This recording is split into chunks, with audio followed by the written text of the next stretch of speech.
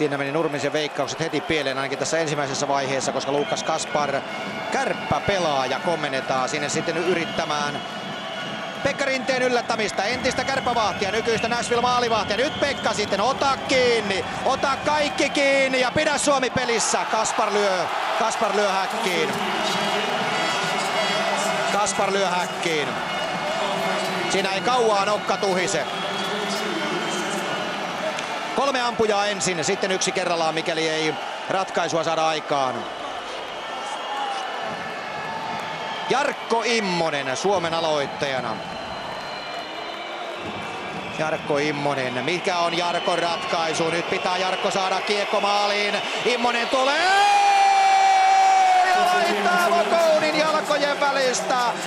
Yhteen. Loistava suoritus Kaasanin pelaajalta. Kylmäpäinen, viileä Vokounin yllättäminen. Hienoa. 1-1. Sitten tulee Jan Marek.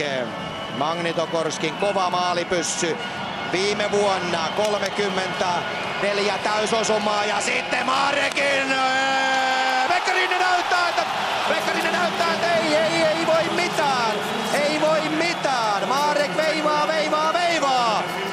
Toinen maali. Tsekki vetää hirmuprosentilla maaleja. Jan Marek. Katsotaan vielä miten se lopulta menee. Sieltä veivaus ja pomppaa Rinteen suojuksista. Ja totta kai tolpan kautta melkein Jussi Jokinen. Nyt on Jussi sitten paikka näyttää. Mitä se tarkoittaa kun NHL:ssä rankkareita vedetään kovalla prosentilla sisään. Jokinen vastaan Vokoun. Jokinen tulee sieltä. Hakee vetopaikan. Ja Vokoun pelastaa. Vokoun pelastaa ja se tietää sitä, että Pekka Rinteen on otettava seuraava kuti kiinni, muuten Tsekki vie tämän ottelun. Ja se tietää Suomelle lähtöä kisoista. Rinteen Pekan on nyt oltava sitten se muuri, jota tässä kaivataan. Ja sieltä tulee sitten Tsekki-pelaajista. Jakub Glebis tulee. Hänellä on ratkaisun viitta. Pekka Rinne vastaan Jakub Glebis. Torju Pekka! Ja Pekka torjuu! Vielä toivo elää. Pekka Rinne torjuu Glebisin harhautuksen. Glebis yrittää siinä Forsbergia, mutta ei onnistu.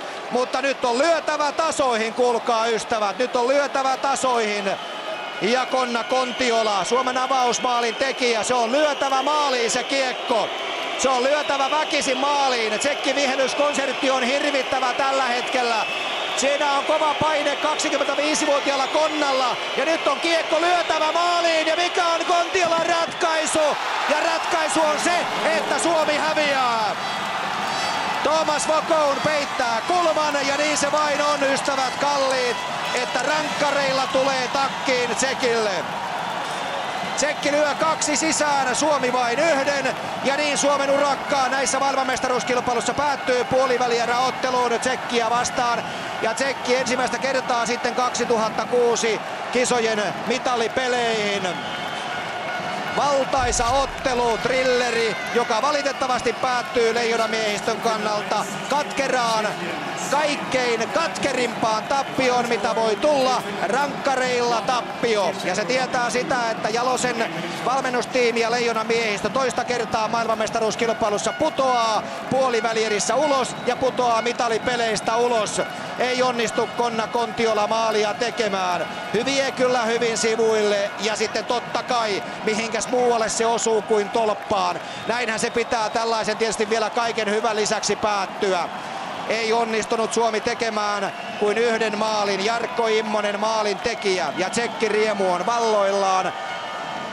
Pekka Rinteen loistava peli ei siivittänyt Suomea tänään voittoon, vaan sen voiton raastoi Tsekki tässä ja Suomen joukkueen kohtaloksi koitui sekä tässä ottelussa että myöskin koko turnauksessa erittäin huono viimeistely, huono maalinteko ja siitä pahimpana osoituksena tämän ottelun 4-3 vastaan, jolloin ei saatu edes yhtään laukausta kohti Vokounia. Siinä on vielä se suuri ero, joka erottaa leijonamiehiä